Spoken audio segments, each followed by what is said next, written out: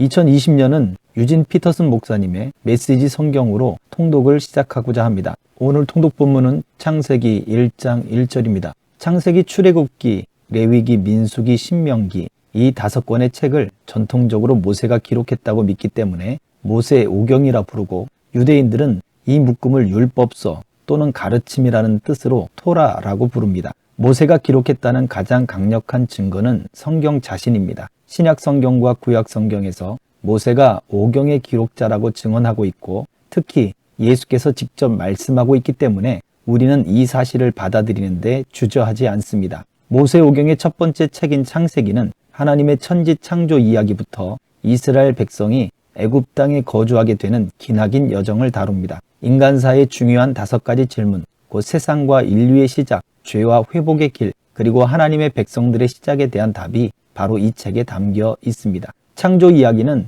창세기 전반부에 나오는 4가지 이야기 가운데 첫 번째 사건입니다. 창조 사건은 태초에 하나님이 천지를 창조하시니라 라는 선언으로 시작되었고 완성되었습니다. 특히 땅의 동물들을 조성하시던 그 6째 날, 사람들이 하나님의 형상을 따라 창조됩니다. 이렇게 하나님의 창조 사건은 시간도 공간도 없던 순간 말씀 선포로 시작된 하나님의 자유로운 활동이었습니다. 이어서 성경의 초점은 인간 창조에 집중됩니다. 창세기 2장은 또 다른 창조 이야기가 아니라 6째 날에 있었던 인간 창조를 좀 더 구체적으로 기록한 부분이며, 첫사람 아담, 그에게 준 동산, 그에게 준 가정, 그리고 그에게 맡긴 일, 즉 인간사의 시작을 보여주는 내용입니다. 타락 이야기는 창세기 전반부에 나오는 2번째 사건입니다. 그런대로 시작하는 창세기 3장은 하나님의 창조 세계에 무엇인가 균열이 일어났음을 암시합니다. 하와에게 던져진 의심은 인간 마음의 탐욕을 자극했고 하나님의 사랑을 의심하게 했으며,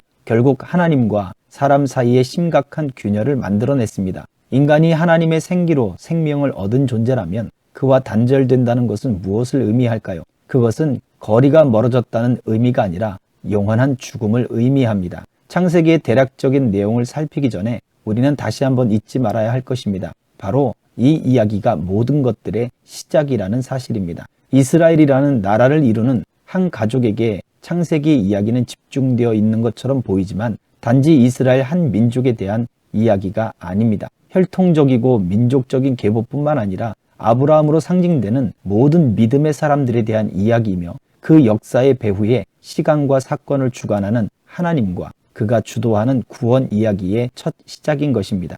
2020년 1월 1일, 바로 오늘도 하나님과 그 구원의 이야기를 써내려가는 첫 시간이 되기를 주의 이름으로 축복합니다.